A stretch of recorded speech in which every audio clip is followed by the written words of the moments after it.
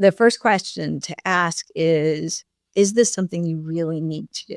Do you have amazing, talented people that could do it for you? It requires a level of trust, but that trust will pay off in huge ways between you and your team. And, that can immediately pull things off of your task list and create a level of ease and a level of flow within the team.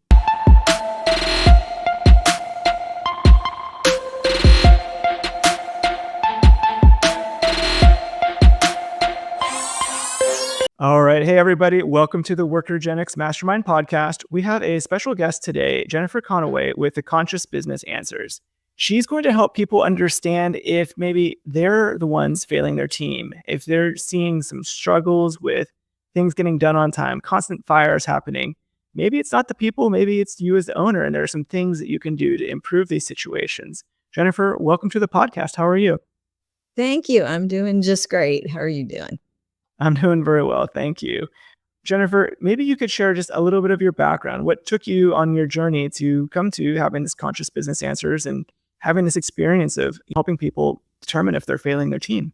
So I started in a Fortune 100 company as a square peg that they were trying to cram into a round hole and never really felt comfortable, never really worked. But I was given these out-of-the-box projects and really learned what the value of data was to a company. Okay. Learned that depending on how you present data, you can actually shift an entire corporation, which for the girl that failed Algebra 2 the first time, that was pretty cool. Yeah. But eventually, left that, went and did some coaching on my own, learned a whole bunch about online business, and then went to work for one of the biggest personal development marketers in the country. Started running her internal mastermind, which really was like running a business within a business, and learned so much. But she, like, all the personal marketers have what I call a business in a box. They have a formula that they use for everybody that comes to work with them. And for, a large portion of those folks, that formula works really, really well. And then there's this slice that it just never seems to work for. And I was the one that got to work with them. So I helped them find ways to get it to work for them, but didn't really feel in integrity because I really wanted to just get them out of that box, because I could see a lot of these folks were heart-led, purpose-driven, spiritual, and just have slightly different needs. And it got to a point where I thought, I cannot remain in integrity and stay with her. So I left, and that's when I started Conscious Business Answers. And so that, I have a business where I can really work with what is traditionally 3D business and folks who are in that 5D spiritual space and bring those two things together. Love it. So you saw a need of people who just weren't fitting in the mold for what that business was offering and found a solution and are able to meet that really special need that is really important. So how did you come to this special topic of the ways to know if you're failing your team? Is that something that you kind of observed at that previous coaching business, or is that something you've observed since starting your own? How did that come about? So within the previous coaching experience, that leader was brilliant. Like, all these leaders they have amazing ideas. They're incredible people, but they were not taught to be managers.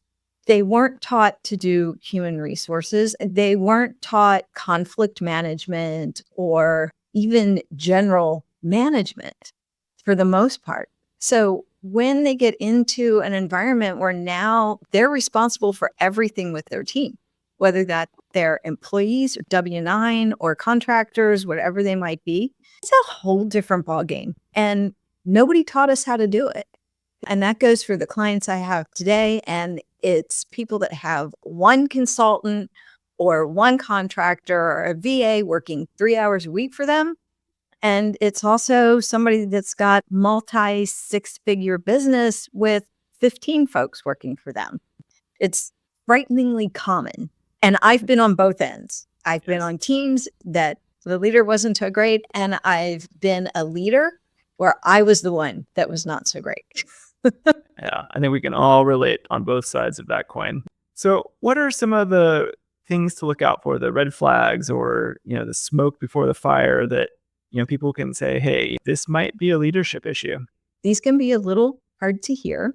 So just, gird your loins, do whatever you need to do, but be honest with yourself is the biggest thing. So 3 specific things I found. Number 1, hiring can be an issue. And what I mean by that is regardless of whether you're bringing on an employee, a consultant, or a contractor, you get essentially the same result at the end of the day. And that is that XYZ person didn't know what they were doing, misrepresented what they were doing, can't get my voice, never completed what they were doing. It's a whole host of things you can say when this person just isn't working out or doing what they said they would. And if that is consistent for you in your business, you need to take a step back and ask what the one common denominator is. And that common denominator is you. The second thing I commonly find is that the leader is a one woman or one man traffic jam. Everything gets stuck at the leader. Nothing gets done. Your team is always reminding you to do tasks over and over and over again. You've got a task list that has things on it that, frankly, you can't even remember what they are anymore or why they were put there, right? You've got things that are 2 months late, or you're asking your team, oh, what happened with that project? And they're like, well, we gave you the copy 6 weeks ago, but we haven't gotten it back. This is a little different than micromanaging. This is more of like, you're just not getting your stuff done. Yes. It's not you're just not getting your stuff done. And, I get there are all kinds of reasons why you might not be getting it done. And some of them are valid, some of them are not. Let's figure that out, because whether you like to see it or not, you're missing opportunities because of that. You're creating chaos within your team because of that. And you're just not holding up your agreements, whether implied or stated. You're really not holding them up. And that's unfortunate. And the third thing I see all the time is that you are without flaw. You always get everything right. You always get everything done. Doesn't matter what the project, what the task, somebody else did not do their job. And they took too long to do it, or they didn't do it right, or they didn't do the way I asked them to, or insert your favorite whatever. And basically what is happening is both groups have responsibility. And when you're not taking responsibility, then the message you send to your team is really debilitating. Unfortunately, as business leaders, we have final responsibility for everything. So, when you're saying something is because a team member, or I've even seen people on stage in front of, 300 and 400 people blame a team member for something from stage. It is, They didn't get the slides right or missing information or something like that. right. It is crushing to the team, and frankly, not honest on the part of the leader. It really isn't. So, if that's you, I know it's not fun to hear, that you may need to rethink the way you're working with your team. I love what you said at the beginning, the number one about, some things are just not working. A person's not getting things done the way you want. They don't have your voice. It happens, a few times. I've seen it over the last couple of years with clients of ours, with our virtual assistants. They'll come and they'll be frustrated, like, oh, they're not doing what I asked. And when we dig in a little deeper, it's like, well, how are you communicating with them? And oftentimes it's only via text message. It's like, well, of course you're not getting good results, or they can't hear your voice, because who can hear anyone's voice over text message? That's the only way you're communicating. Exactly. So sometimes, and what we do that is a little bit different is, when we make a hire, we're committed to that hire. And I'll go ahead, and if that client's like, hey, it's just not working out, they don't have my voice or whatever those excuses that you shared were, I put them into our system. I have them start doing stuff on our internal teams. And pretty much every single time they excel, they do great work. I'm like, I don't think it's an issue with this employee.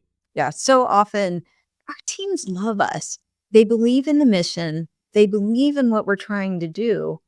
And they want you as the leader to succeed, and to succeed in a huge way, because it can change the world.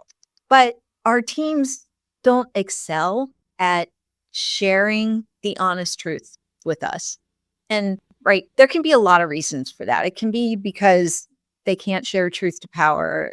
They don't feel safe. They may not even realize what it is that's creating the issue. Right. Well, especially if you have junior employees, they're not going to have the maturity or experience to be able to tell these things. They're just going to be like, my boss is a jerk. Doesn't get it. Exactly. Exactly. And, not productive. Yeah. And really creates fissures within the team that you don't want to see, especially if you have really amazing, talented people around you. They may look around, and I've seen this happen too. They look around and they're like, man, I don't need this. I can go somewhere else and be super productive, respected, cared about, and they go. So you're left wondering, well, why did they leave? Wondering why they left, and creating your own version of the story that doesn't serve either of you. So what are some actionable tips that you recommend business owners take when they take the moment and they do that self-analysis and they realize, yeah, maybe I am seeing some of these things in my business. Maybe the issue is me. What can they do differently? What can they start, little baby steps to start turning things around? So the first thing is, one of the biggest ones I find is that they aren't getting things done that need to get done. So the first question to ask is this something you really need to do? Do you have amazing, talented people that could do it for you? It requires a level of trust, but that trust will pay off in huge ways between you and your team.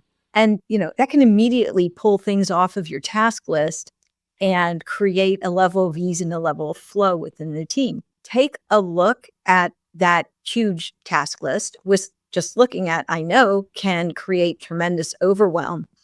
And ask, those things at the bottom of the list, are they even something we want to do anymore? Or, do they have value? Or are they just still on the list because nobody's bothered to take them off? So remove some of that overwhelm from yourself, and then be honest that you need some space to actually work, to really get in the task. And if you don't like to review marketing content, and a lot of us don't, maybe cultivate a team member that can do something like that. But first, carve the time out to get things done. And if it means you need space to get grounded before you do that, carve that time out too. So now you have half an hour to get grounded and an hour to do your work, right? What are some things people can do to really make sure during that time they've allocated, they're not interrupted, they are able to stay focused, they are able to be productive and, move the needle on things they need to get done? Some of the things I've seen, take your phone and put it in another room, because the distractions are rampant there. Let your team know this is work time.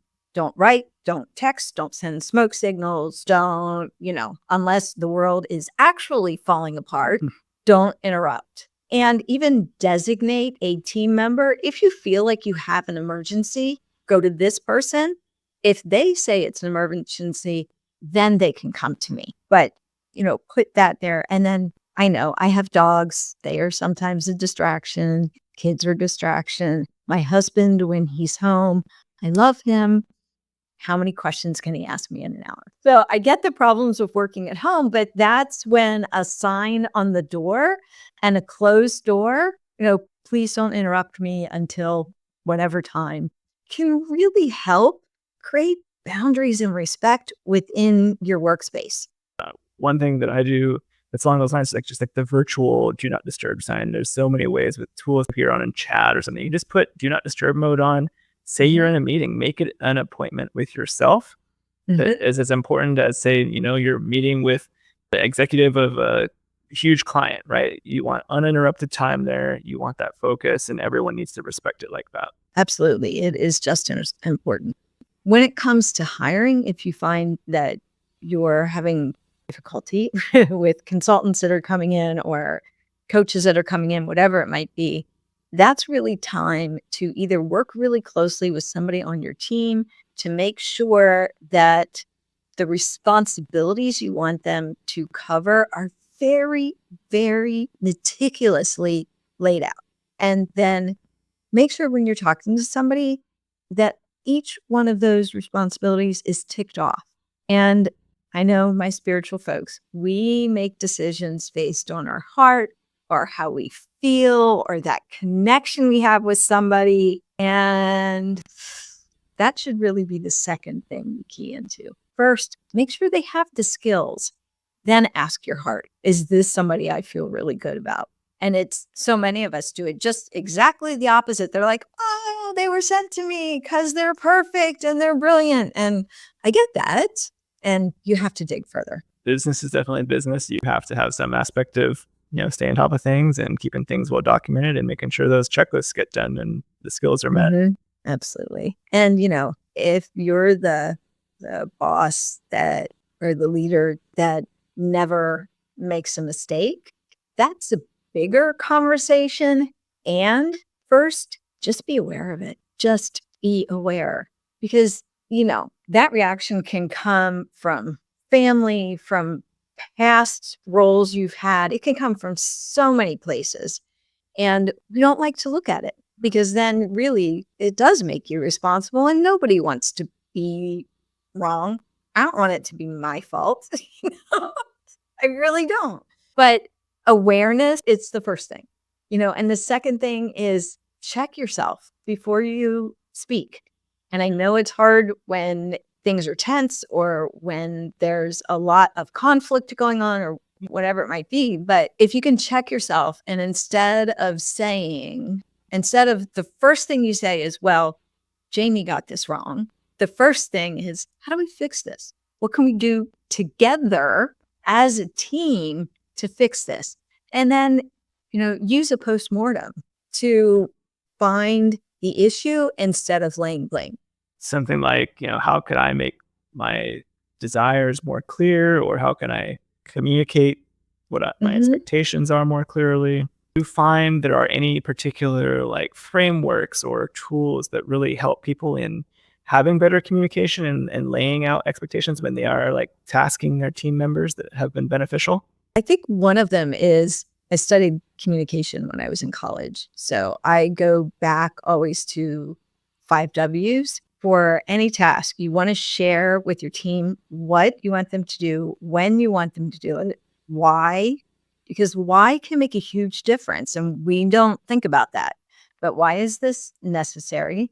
Where is this going to go? Is it going to be on Instagram or in a newsletter, or is it for a podcast? Because again, those things make a huge difference. And then how do you think you want it done? And at the end, ask, is there a smarter, faster, more efficient, more effective way to do this? And give the brilliant people that are on your team the opportunity to share their brilliance with you. Especially the why, because if you've got good team members and they understand the why, a lot of the other questions they can kind of figure out, or they can address issues that come up in those areas without having to come back to you and put it back on your plate, because they know why they're doing it and they can check the output. Right. They can edit it, revise it because they know the why, or they can innovate and make it even better because they know why you're trying to do it. And maybe the old how didn't take in everything into account and their specialized knowledge or something they saw recently that was new, and they can improve upon it. But if you just say, here's the how, it may not be as good. Yeah. Oh, absolutely. Absolutely. It creates such a circle of innovation and trust within your team, even within the team members themselves, that just up levels everything you're doing. Absolutely. Well, Jennifer, you mentioned before we started recording that you've got Be a Better Boss starter pack. Can you tell us a little bit about that? Sure. This was, so to your point, what are some actionable things, and that most of us have never had any education around this. I wanted to get together some tools and resources that you can plug into. So first, there are 10 commandments for being a better boss, things to remind yourself of every day. And I've shared some really wonderful podcasts and books that you can listen to, read, and learn from by people that have been there, done that, or have done all of the research to help us figure out what's best for us. And it just, the real intent is for you to find the things that work for you and the things that work for your team, because those are the things that are going to make a long-term difference. Awesome. Jennifer, thank you so much for sharing these tips, things to look out for, and strategies people can use to improve their situation, improve their team dynamic. I encourage everyone to check out that Be a Better Boss Starter Pack. We will have the link in the video description, everywhere this gets published, and all the contact details for Jennifer, so you can follow up with her if you have additional questions. Thank you, Jennifer. Thank you, Harley.